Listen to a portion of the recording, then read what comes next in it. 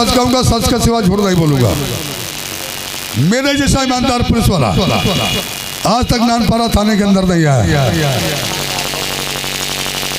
दूसरी बात, मेरे पास सोमतिया ग्राम सभा से टेलीफोन आया कि सर एक दिन पर जो त्योहार पड़ रहे हैं, हमारे गांव में आधे में हिंदू आधे में मुसलमान रहते हैं, ना हो तो 4 कांस्टेबल भेज दीजिए, अपना गश्त के ऊपर गश्त भी कर देंगे और हंसी खुशी से अपना अपना त्यौहार भी मना लेंगे।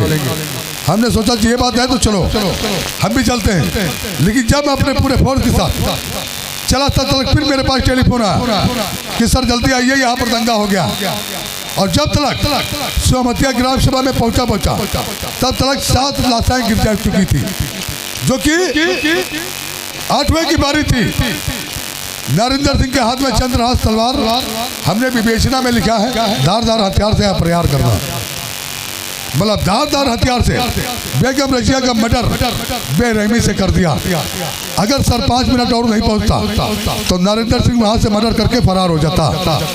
ये 8 लोगों की जिंदगी के साथ खिलवाड़ कर दिया, जिसमें 4 हिंदू और 4 मुसलमानों की जानें गई हैं और उस जान का जिम्मेदार नरेंद्र सिंह प्रधान है। मैं अदालत से गुजारिश करूंगा कि ऐसे खतरनाक मुजरिम को कड़ी से कड़ी और सख्त से सख्त सजा मिलनी चाहिए। यही मेरी रिक्वेस्ट है अदालत। अजीज मियाँ, अब तक तुम्हारा वकील अदालत में हाजिर नहीं हुआ और 10 मिनट से ज़्यादा वक्त बीत गया, इसलिए तुम्हारे वकील को दरखास्त को नामंजूर किया जाता है। एडवोकेट महाकाल सिंह, जैसे तुमने अपने बयानबाजी में ये बताया कि त्योहार के पूर्व वो 2-2 हज़ार रुपये नरेंद्र सिंह प्रधान ने उन तमाम शराबियों कबाबियों में बांटे, जिसकी वजह से दंगा फसाद हुआ और जिसमें 8 व्यक्तियों की जान चली गई। लिहाजा अदालत को चाहिए सबूत व गवाह। क्या तुम्हारे पास कोई ऐसा सबूत या गवाह है जो अदालत में साबित कर सकता है कि त्योहार के पूर्व यानी कि पहले वो 2-2 हज़ार रुपये नरेंद्र सिंह प्रधान ने सबको दिए? मिलाड, मेरे पास ऐसे 2 गवाह हैं जो अदालत की बुनियादों को हिला करके रख देंगे। पहला गवाह धर्म किसान और दूसरा गवाह ठाकुर महेंद्र प्रताप सिंह। पहला गवाह धर्मो किसान को अदालत में पेश किया जाए। धर्म किसान अदालत में हाजिर हो। धर्म किसान अदालत में हाजिर हो। हाजिर है सर। धर्मो, जैसे तुम्हें मालूम है कि अदालत इंसाफ का मंदिर कहलाता है, तो गवाह उसके देवते के रूप में होता है। मैं तुम्हारी इस गवाही से इस केस को अंजाम तक पहुंचा सकता हूं। अपनी गवाही में सच सच और साफ साफ बयान करो। सर, अदालत के अंदर जो भी कहूँगा सच कहूँगा, सच के सिवा झूठ नहीं बोलूँगा। सर, ये सच है कि होली और 12 भात का त्योहार एक ही दिन था। नरेंद्र सिंह प्रधान सुमतिया गांव के अंदर हर एक व्यक्ति से आकर के मिले। सर, दो धर्मो किसान, डरो मत, साफ साफ बयान करो, क्या कहना चाहते हो? सर, अगर नरेंद्र सिंह प्रधान सुमतिया गांव के अंदर अगर 2-2 हज़ार रुपये नहीं दिए होते तो शायद इतना बड़ा दंगा नहीं होता। जिस दंगे में 4 हिंदू और 4 मुसलमानों की जान चली गई, उन जान के जिम्मेदार सर नरेंद्र सिंह प्रधान। तुम्हें झूठ बोलते हुए शर्म नहीं आती? अरे शायद तू नहीं जानता तेरे झूठे वसूलों से हमारे प्रधान जी को सजा हो जाएगी। Order, order. अजीज मियाँ, अदालत का वक्त जाया ना करो, अपना काम करने दो। दूसरा गवाह ठाकुर महेंद्र प्रताप सिंह हाजिर हो। मिलाट, मैं इस समतिया गांव का पूर्व प्रधान ठाकुर महेंद्र प्रताप सिंह मिलाद कल होली और मुबारक का त्योहार था, जिस त्योहार में सभी हिंदू भाई अपनी होली की खुशियां मना रहे थे और मुस्लिम अपना जुलूस निकालने के लिए वह नमाज अदा करने के लिए तैयारियां कर रहे थे। मैंने अपनी आंखों से देखा कि नरेंद्र प्रधान हर एक व्यक्ति से जाकर मिल रहा था और 2-2 हजार रुपए नजराने के तौर पर दे रहा था। अगर 2-2 हजार रुपए नरेंद्र प्रधान इस गांव के अंदर ना बांटा होता तो शायद इतना बड़ा दंगा समतिया गांव में नहीं होता, जिस दंगे में 4 हिंदू 4 मुसलमानों की जान चली गई। मिलाद इसलिए सारी लड़ाई की जान नरेंद्र प्रधान है। मिलाद मुझे जो भी अदालत के अंदर कहना था सच सच बयान कर दिया और आप पे आगे आपकी मर्जी साहब।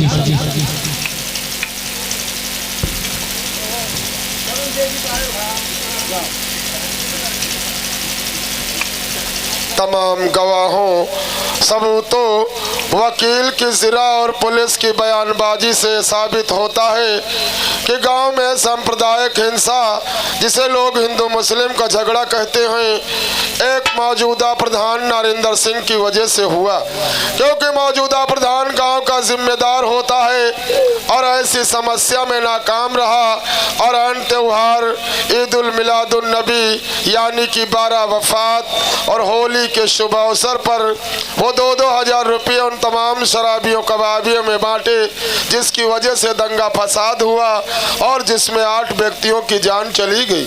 लिहाजा ये अदालत इस केस में नरेंद्र सिंह को दोषी करार पाते हुए ताजरात हिंद दफा 302 के तहत नरेंद्र सिंह वल्द राजेंद्र सिंह को सजाए मौत देती है।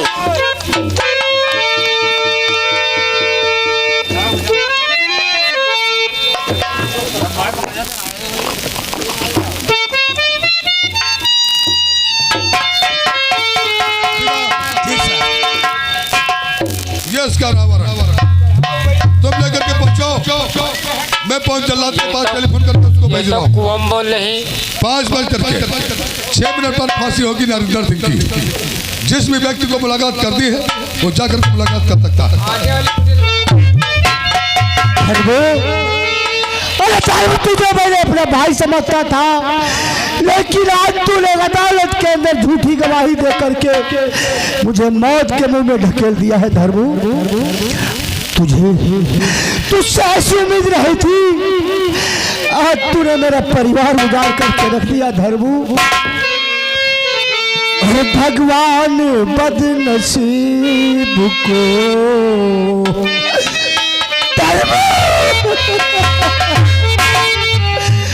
और भगवान बदनसीब को है क्या दिन दिखा दिया।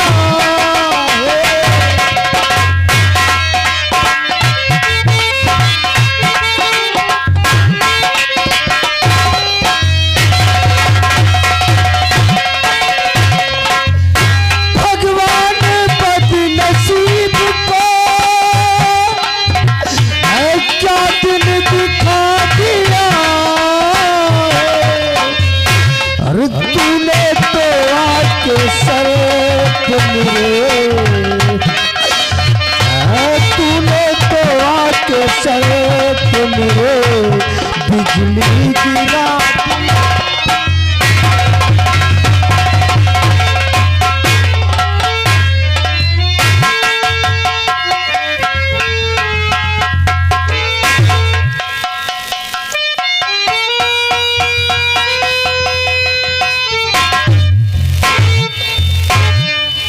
नरेंद्र प्रधान, कुछ खाना चाहते हो या किसी को देखना चाहते हो?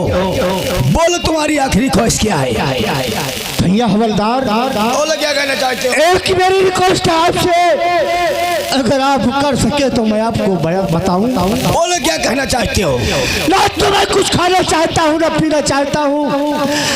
अगर आप इतना काम मेरे लिए कर सकते हो तो एक बार मेरे भाईजान अजीज मियाँ से मुलाकात करा दो और मेरी बीबी धर्म पत्नी विनीता से मुलाकात करा दो। चौकीदार, पहले इसके हथकड़ी और बेड़ी खोली जाए।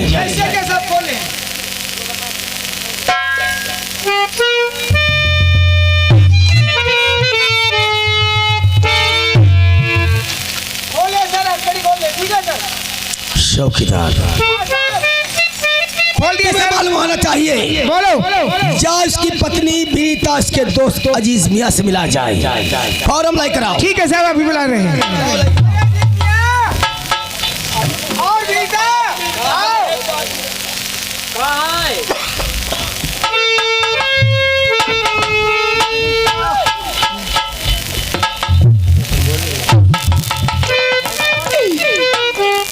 स्वामी जी, आई देखो भगवान ने कैसी बोल पिला के क्या करूं मेरे भाई, मैंने तो वकील किया था, ना जाने हमारे साथ किसने ऐसी साजिश खेली जो वकील को आने से मना कर दिया। अरे जिस धर्मू किसान को मैंने अपनी थाली का खाना खिलाया, आज वही धर्मू किसान काला नाग बन करके डस लिया। आज अगर अदालत में धर्मू किसान झूठी गवाही ना दिया होता तो शायद मेरे भाई तुझे सजा नहीं होती, लेकिन कुछ समझ में नहीं आता आखिर धर्मू ने ऐसा क्यों किया। सच कहा भाईजान, अगर आज धर्मू किसान ने कोर्ट के अंदर झूठी गवाही नहीं देता तो शायद मुझे फांसी ना होती, लेकिन मैं जानता हूँ धर्मू किसान एक सच्चा इंसान है, जरूर कोई ना कोई उसके सर पे मुसीबत होगी, इसलिए उसने झूठी गवाही दिया है। प्रीता, शायद ऊपर वाले ने आज तक हमारा तुम्हारा मिलन लिखा था, आज के बाद मैं तुम्हें छोड़ करके जा रहा हूँ प्रीता। नहीं स्वामी जी, आप ये कैसी बातें कर रही हैं? आप अगर जब मेरी साथ नहीं रहेंगे, आप मुझे छोड़ के चले जाएंगे तो मैं किसके सहारे रहूंगी? इस संसार में कहाँ दर बदर की ठोकरें खाती फिरती घूमती रहूंगी। हाय कैसे जियोगे मैं भला,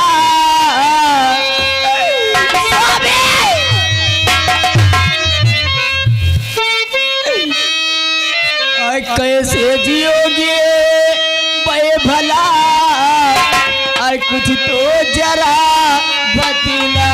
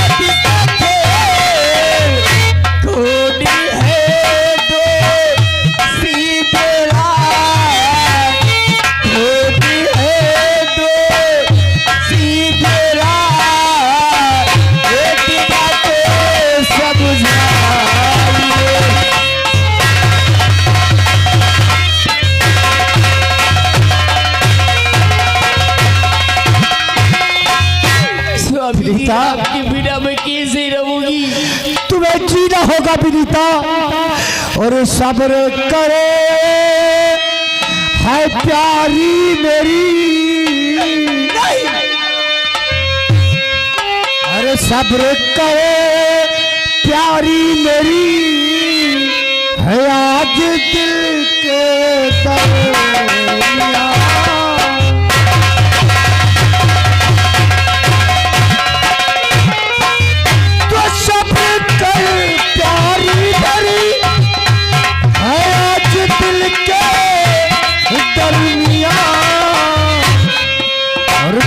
चल करके रख दिया,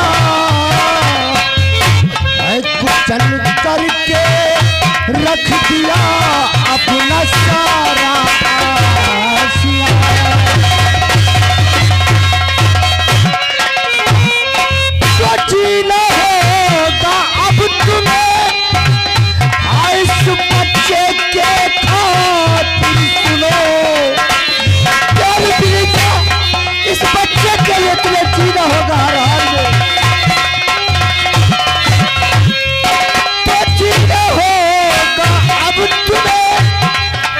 बच्चे के खातिर सुनो, और मेरे मरने का गम न करना है, मेरे मरने का गम न करना, राज प्यारी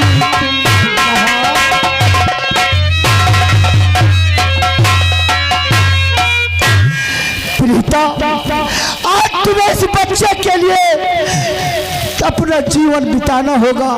भाईजान, आज मुझसे एक वादा करो कि तुम मेरे बच्चे को पढ़ाओगे लिखाओगे, ऐसे स्कूल में इसको तालीम दिलाओगे ताकि सयाना हो जाए, और सयाना होने पर ये उन दरिंदों और हरामजादों से मेरी मौत का बदला ले सके। मेरे भाई, आपके हम गरीबों के ऊपर इतने बड़े एहसान हैं, हम अपने प्राणों को देकर भी नहीं अदा कर सकते। लेकिन आज मैं तुमसे वादा करता हूँ, आज मैं वादा करता हूँ तुम्हारी बीवी और तुम्हारे बच्चे की देख रेख मैं करूँगा।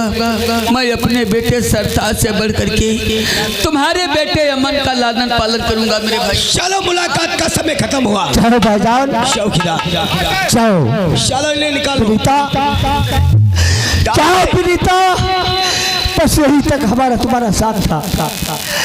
जाओ, तुम्हें मेरे मरने की कसम है, इस बच्चे को जरूर पालना।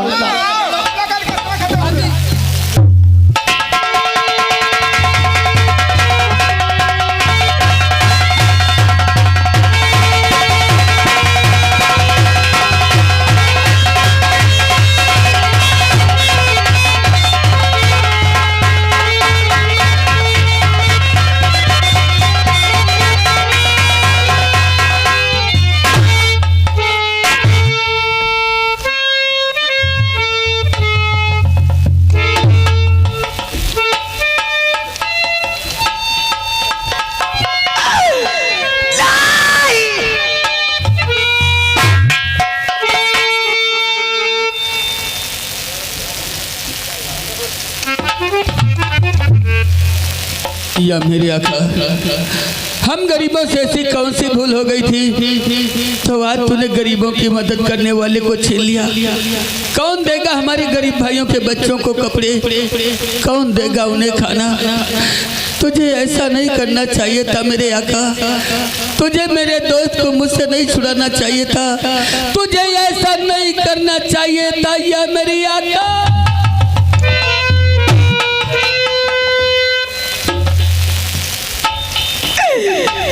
वाह भगवान, वाह तूने कैसा दिन दिखा दिया। ऐसा दिन दिखाने से पहले मुझे ही क्यों नहीं उठा लिया। आज तुझे जो एक नारी पे जरा भी दया नहीं आई, जो आज तूने उसका सुहाग छीन लिया। वाह भगवान,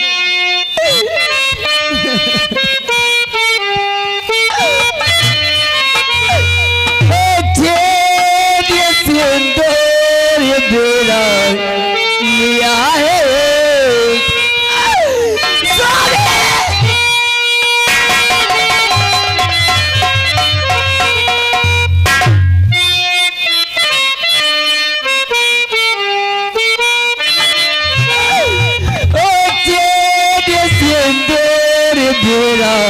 लिया है, कुछ भी सोचा बिचारा नहीं।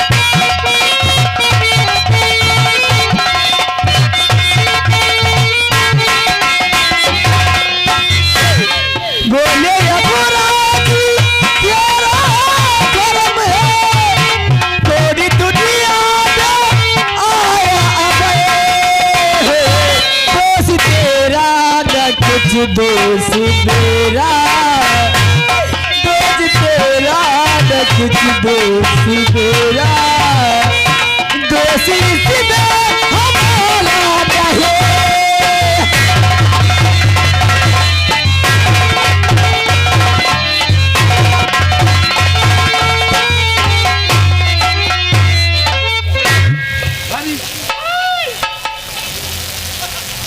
भाभी अब रोने धोने से हमारे प्रधान जी हमें तो वापस नहीं मिल सकते। अब तो तुम्हें इस संसार में इस बच्चे के खातिर जीना होगा भाभी। इस बच्चे की आस को लेकर और अपने दिल के ऊपर पत्थर को जमा करके तुम्हें जीना होगा भाभी। तुम्हें इस संसार भाभी भाभी होश में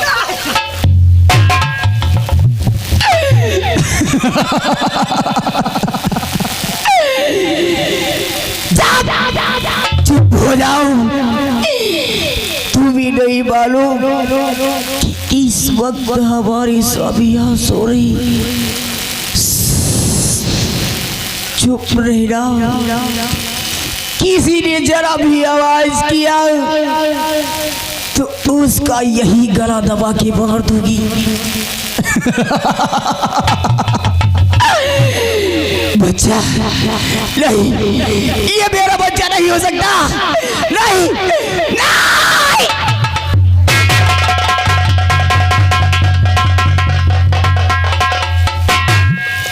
रुक जाओ भाभी, तेरे बिना ये बच्चा नहीं जी पाएगा भाभी। लगता है भाभी सदमे को बर्दाश्त न कर सकी, ये तो बच्चे को छोड़ करके जा रही है। रुक जाओ भाभी, मैंने बच्चे का लालन पालन करने का वादा किया है भाभी। तेरे बिना ये बच्चा नहीं जी पाएगा भाभी, रुक जाओ।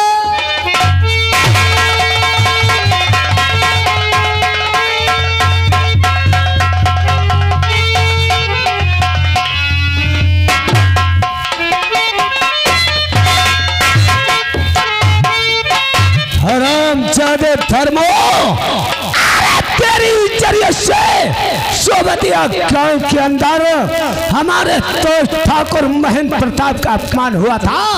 तेरी जरिए से ना। अरे तू तो सोचता था ये महाकाल तेरी लौंडिया को वापस कर देगा। प्रधान नारद के खिलाफ गवाही देने के बाद ये तेरी भूल थी। मैं तुझे और तेरी लौंडिया को ऐसी मौत दूंगा कि तू सोच भी नहीं सकेगा। अब इसी तपती हुई धूप में डाल दूंगा। दूध और पानी के बिना ये तड़प तड़प के मर जाए किसानी, तड़प तड़प के मर जाएगी।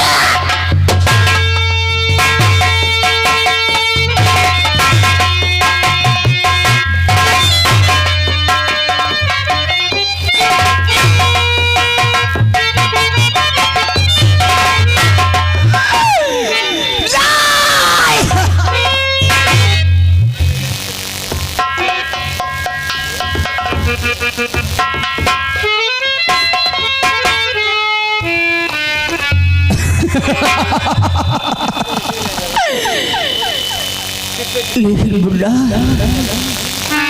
बुढ़ा मेरा बुढ़ा कहाँ है? मेरे बुढ़े को किसी ने देखा है? बुढ़ा बुढ़ा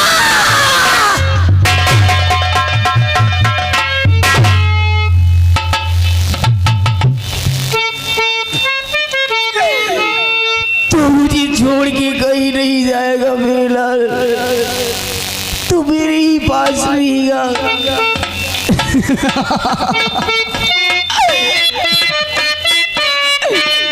वो मेरे बोले बोली न जाना।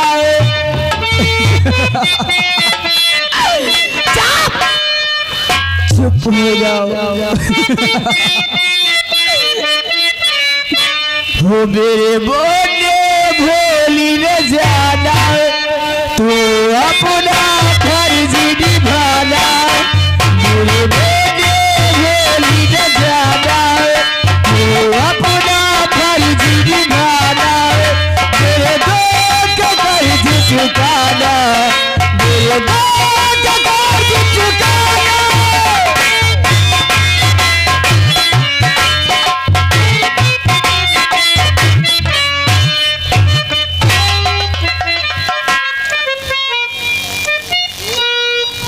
या मेरे आका, भाभी तो बच्चे को छोड़ करके न जाने कहाँ चली गई, कहाँ जा कर के उसे ढूंढूं।